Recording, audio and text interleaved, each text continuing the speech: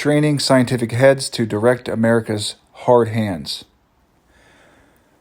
On the last day of April in 1846, Edward Everett, the new president of Harvard University, stood before his faculty, students, and alumni and inaugurated a new era of cooperation between industrialists and America's colleges and universities. Harvard would no longer be geared mainly to the needs of the agricultural gentry and wealthy merchants, producing educated clergy, lawyers, and assorted gentlemen. Everett laid before his inaugural convocation a proposal that Harvard found a school of theoretical and practical science to teach its application to the arts of life, to furnish a supply of skillful engineers and other persons who would explore and develop the inexhaustible natural treasures of the country, and to guide its vast industrial energies in their rapid development. Within a year, Albert Lawrence agreed to underwrite Everett's plans. Lawrence's investments in the textile manufacturing and railroad financing had made him a man of wealth and influence in Massachusetts. The Industrial Revolution in America was in its infancy when he began, but now, near mid-century, its potential was proven. Lawrence knew firsthand the value of the factory system and the mechanization in increasing production and profits. He saw that the railroad construction brought not only profits on his investment, it also created demand for iron production and opened up regional and national markets, allowing farmers and factory workers to ship their products to distant markets and increasing America's exports. Hard hands are ready to work upon our hard materials, he observed. But where shall sagacious heads be taught to direct those hands? To answer his own question and help Harvard realize its self-appointed role, Lawrence gave the university the then princely sum of $50,000 to found a school that would apply chemistry and other sciences to the needs of agriculture, engineering, mining, and metallurgy, and the invention and manufacture of machinery. Thus was Lawrence Scientific School born. Lawrence was so pleased with the new school that he bequeathed an additional $50,000 for it, which Harvard received upon his death in 1855. Harvard School was exemplary of the new relationship between science, education, and industrialization. In the 19th century, scientists, industrialists, and college presidents developed a profitable alliance. The usefulness of science and industry, the willingness of industrialists to support scientific research, and the opportunity for colleges to train scientists and engineers and do much of the research needed by industry provided a great deal of common ground. It also opened the door for scientists who wanted to make science a full-time occupation and distinguish themselves from others who used the knowledge and methods of the natural sciences in their work. The great inventors of the early Industrial Revolution were mostly practical-minded mechanics, craftsmen, and tinkerers, men and women whose lives embraced science through their work. In contrast with modern practice, observes Harry Braverman, science did not systemically lead the way for industry, but often lagged behind and grew out of industrial arts. By the 1830s and 1840s, a new group of scientists emerged who wanted to be more than dilettantes. Like their European counterparts, whose support and status they envied, the upper ranks of American scientists wanted to devote themselves to research, but they lacked the necessary financial resources. Although young men in America's colleges were taught science, there was almost no original research being done in the country. As Joseph Henry, the nation's leading physicist, complained, every man who can burn phosphorus and oxygen and exhibit a few experiments to a class of young ladies is called a man of science. In 1844, Alexander Dallas Bosch, the superintendent of the U.S. Coast Survey, told an attentive audience at the country's first national scientific congress that America's unoriginal and meager science merely aped European science. America's science, he said, had inadequate institutional support, substituted teaching for scientific research, was overrun with gentlemen scientists and lacked professional scientists. Bosch and Henry, together with Harvard mathematician Benjamin Peirce, astronomer Benjamin Gould, chemist Oliver Wolcott Gibbs, zoologist Louis Agassiz, and a few other professional scientists fancied themselves the nation's sole custodians of science and its development. They aggressively sought support for their research and promoted the cause of professional science. In their view, only some men were endowed with scientific talent, and only such an elite should be entrusted with training, facilities for research, and money. As Howard Miller has pointed out, their elitism won them no support from the assertive democratic populace of Andrew Jackson's era. These new men of science won increasing support from the entrepreneurial fortunes of the captains of industry. Lawrence was neither the first nor the last capitalist of the 19th century to channel his surplus wealth to colleges in order to put science at the service of industry. In 1846, with the financial help of philanthropists, Yale created 2 new professorships in agricultural and practical chemistry and appointed the eminent Benjamin Silliman Jr. to one of them to develop and teach the application of chemistry and kindred sciences to the manufacturing arts, to exploration of the resources of the country, and to other practical uses. Silliman's prolific accomplishments at Yale included developing the first commercially successful method of refining petroleum. Before the Civil War, Joseph Earl Sheffield, a New Haven man who made his fortune in southern cotton and in financing northern railroads and canals, gave the struggling Yale Scientific School a large contribution. The university appreciatively renamed the school in honor of its benefactor, whose contributions to Yale for applied science totaled more than $1 million by the time of his death in 1882. Perhaps the most symbolic change was the conversion of the Reverend Nathan Lord, president of Dartmouth College. As he assumed the college presidency in 1828, Lord asserted that Dartmouth was not designed for men who were to, quote, engage in mercantile, mechanical, or agricultural operations.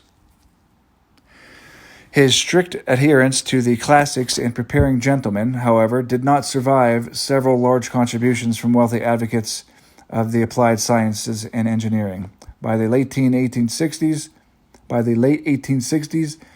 Lord eagerly embraced the necessity, now becoming constantly more evident, of higher education in the practical and useful arts of life. Some industrialists, finance capitalists, not content with the slow and incomplete transformations of the older colleges, started their own engineering schools. In 1824, Stephen van Rensselaer, a wealthy landlord farmer who organized and backed the construction of the Erie Canal and thereby experienced for himself the lack of adequately trained engineers, founded the institute that bears his name to teach the application of experimental chemistry, philosophy, and natural history to agriculture, domestic economy, and the arts of manufactures. Other engineering and technical schools were begun around the country from the fonts of industrial wealth. Cooper Union in New York City, the Massachusetts Institute of Technology, the Stevens Institute of Hoboken, the Case School of Applied Science in Cleveland, the Pratt Institute of New York, and the California Institute of Technology, to name a few. Philanthropic capitalists left their marks in American higher education in other areas besides science. Joseph Wharton, a wealthy manufacturer of metals, gave the University of Pennsylvania some $600,000 for a school of finance and commerce that would train the managers, accountants, and leaders of industry who would direct the engineers and applied scientists graduating from technical schools. Entirely new universities were founded in the 1870s and 1880s by some of the wealthiest men and women in the country: Johns Hopkins, Tulane, Clark, Vanderbilt, Stanford, Cornell, and others. These educational philanthropists were primarily capitalists who disdained the aristocratic pretenses of gentlemen farmers and the dabblers and merchants' ignorance of the technique. Remembering their own lack of preparation as they began their careers, they favored practical educations that would promote endeavors like theirs and create a fertile ground from which their new society would grow. They also perceived the need for trained personnel for the growing industrial and corporate economy. As the organizers of factories and other enterprises that employed increasing divisions of labor, they preferred to train technically skilled managers and reduce the skill level of their laborers. In the words of Abbot Lawrence, let their hard hands do the labor, and let sagacious heads design and direct the labor process. Impressed with the utility of applied science, they subsidized teaching and research in natural sciences and engineering, and they supported vocational and applied curricula in colleges against the prevailing classical education. By the end of the century, they were delighted with the progress they had been made in creating universities and colleges in their own image. And, of course, they were glad to have combined the self-interest with an appearance of generosity and altruism. The entrepreneurial scientists and college presidents made the philanthropist's job an easy one.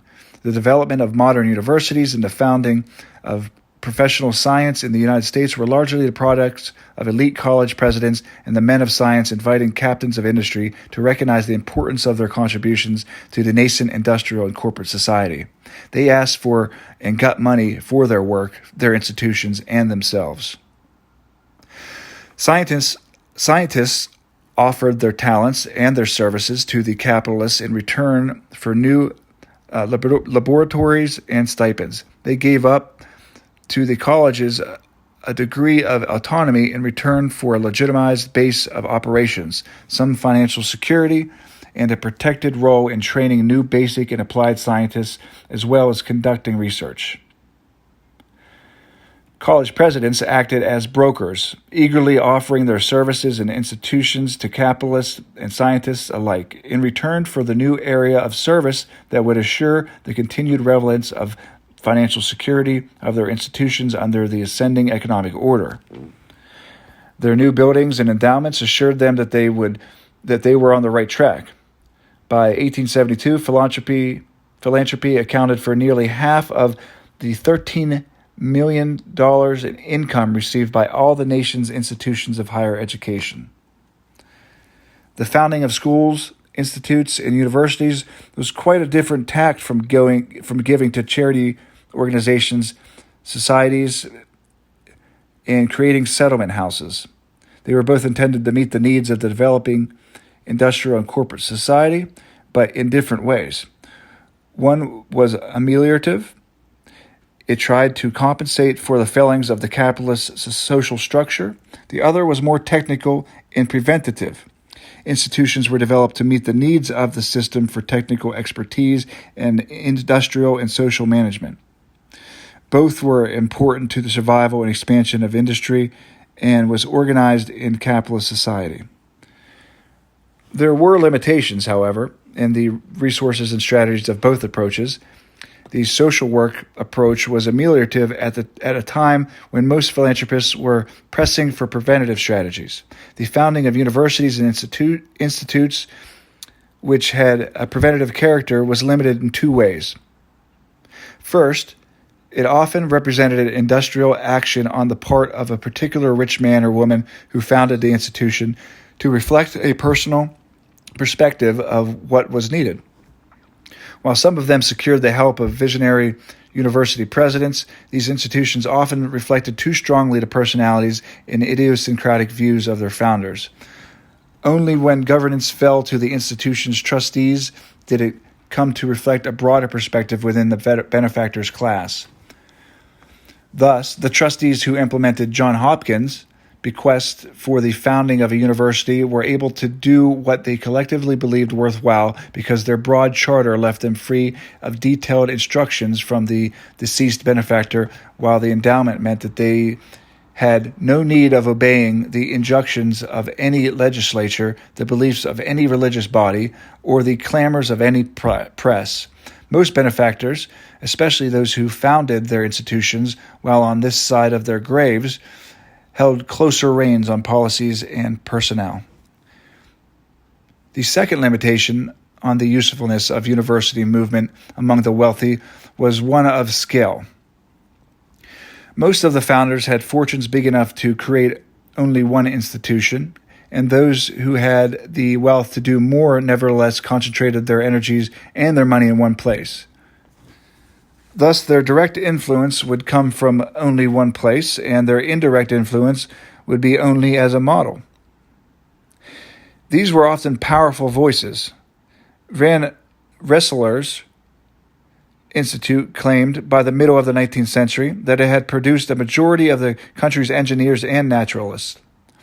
And the class of wealthy university founders was small and often influenced each other. Ezra Cornell's new university at Ithaca was admired by Leland Stanford, and Stanford's creation in California greatly impressed Jonas Clark and his plans for Massachusetts. These exceptions notwithstanding, the general limitations of individualism and narrowness of resources reduced the utility of university building for corporate capitalism. The accolades these good works generated didn't mean that philanthropy could not be done better. And certainly the capitalist impulse to believe in perfectibility in the organization of any enterprise encouraged many philanthropists to look for errors and seek a better way. The obvious constraints of ameliorative social intervention programs drew most of the criticism. But while the Create a School movement was not criticized explicitly, a successor was soon seen on the horizon. At best, the universities were productive models of capitalist rationality and technical modernness in an untamed, competitive marketplace of seemingly incompetent educational institutions. Not surprisingly, it was the philanthropies created by the kings of oil and steel that started American schooling down the same road to vertical organization and centralized control that they had created in their own industries. Carnegie's Gospel of Wealth. The growing fortunes of the Carnegies and Rockefellers in this country made them prominent symbols of the success as well as the inequalities of industrial capitalism. It was this weighty responsibility that led Andrew Carnegie to explain the problems associated with great wealth and to lay out the responsibilities that came with its possession. In an influential two-part essay entitled Wealth, published in North American Review in 1889, Carnegie, with a flush of confidence, set out a plan for assuring continued private accumulation of wealth. The problem of our age, he boldly began, is the proper administration of wealth, that the ties of brotherhood may still bind together the rich and the poor in harmonious relationship.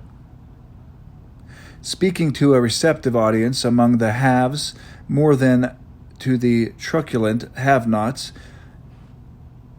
Carnegie identified the accumulation of wealth as the essential factor in the progress of the race. Whether it be for good or ill, it is upon us beyond our power to alter, and therefore to be accepted and made the best of. It is a waste of time to criticize the inevitable, he reassuringly added. Though capitalism's law of competition may be sometimes hard for an individual, it is the best for the race because it ensures the survival of the fittest in every department, he observed, paraphrasing the then widely idolized Herbert Spencer. Furthermore, it produced great material wealth so that all people live better for it. Society must not only accept, it must welcome great inequality of environment. Specifically, the concentration of business, industrial, and commercial in the hands of a few. It is not to be regretted that capitalists must soon be in receipt of more revenues than can be judiciously expended upon themselves. It is simply incumbent upon the wealthy to dispose of those fortunes wisely. They should not, he warned, leave the bulk of their wealth to their families, for such legacies undermine the moral integrity of the recipients. Nor should the rich man simply bequeath his fortune for public purposes, because it is morally reprehensible to accumulate great wealth and not show either the interest or the judgment to spend it wisely. As exciting as Carnegie found his money-making career, it had always seemed to him below the moral and intellectual world to which he aspired. More than 2 decades before his declarations on wealth, Carnegie had written a memo to himself promising to quit business shortly. Quote, "To continue much longer overwhelmed by business cares and with most of my thought wholly upon the way to make more money in the shortest time must degrade me beyond hope of permanent recovery."